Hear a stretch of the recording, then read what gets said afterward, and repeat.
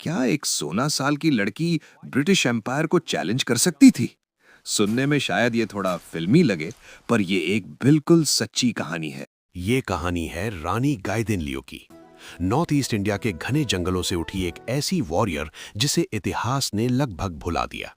1915 का समय, आज के नागालैंड और मणिपुर के पहाड़ी इलाकों में जन्मी हुई एक असाधारण लड़की का, जो ज़ेलियांगरोंग नागा ट्राइब से बिलोंग करती थी। उस वक्त ब्रिटिश सिर्फ शहरों पर ही नहीं, बल्कि ट्राइबल कम्युनिटीज पर भी अपने कानून थोप रहे थे।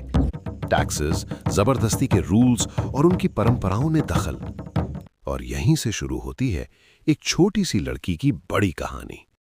सिर्फ 13 साल की उम्र में गाइदिनलियो की मुलाकात होती है एक स्पिरिचुअल और रेवोल्यूशनरी लीडर हाइपो जदानोंग से। जडानोंग मानते थे कि ब्रिटिश रूल इलीगल है और उन्होंने हेराका मूवमेंट शुरू किया हुआ था, एक ऐसा आंदोलन जो धर्म, संस्कृति और आज़ादी तीनों को बचाने के लिए था। ये मूवमेंट सिर्फ पॉलिटिकल ही नहीं, एक कल्चरल रेजिस्टेंस भी था, जहां लोग अपनी पहचान बचाने के लिए लड़ रहे थे। गाइदिनलियो उनकी सबसे छोटी और सबसे काबिल फॉलोअर बनी। लेकिन 1931 में ब्रिटिश ने जादोनोंग को गिरफ्तार कर लिया और फिर उन्हें फांसी दे दी। सोचो, एक 13-14 साल की लड़की के सामने उसके पिता तुल्य मेंटर को मार दिया गया। ये इंसिडेंट गाइदिनलियो की जिंदगी बदल देता है। उसने हरेका मूवमेंट की कमांड अपने हाथों में ली। अब वो सिर्फ एक फॉलोअर नहीं, एक लीडर बन चुकी थी। और सबसे अनोखी बात, उस वक्त उसकी उम्र सिर्फ 14 साल के आसपास थी। उसने ब्रिटिश के खिलाफ गुरिल्ला वॉरफेयर शुरू किया, और ये कोई रैंडम हमले नहीं थे। वो जंगली टेरेन का फायदा उठाती, अपनी छोटी टीम्स के साथ ब्रिटिश पेट्रोल्स पर अचानक हमला करती, कम्युनिकेशन लाइंस तोड़ देती और फिर बिना कोई निशान छोड़े गायब हो जाती थी।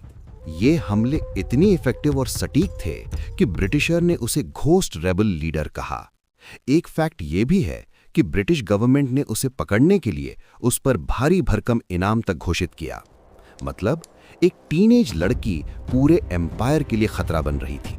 कुछ स्थानीय लोग उसे एंजल का रूप मानते थे, क्योंकि उसकी ये लड़ाई सिर्फ पर्सनल नहीं, वो अपनी परंपरा, अपनी संस्कृति और अपनी पहचान बचाने की लड़ाई लड़ रही थी। पर हर रेबेलियन में भी एक वीक पॉइंट होता है, विश्वासघात। 1932 में एक मुखबिर ने उसकी लोकेशन लीक कर दी। ब्रिटिश फोर्सेस ने उसे घेर लिया।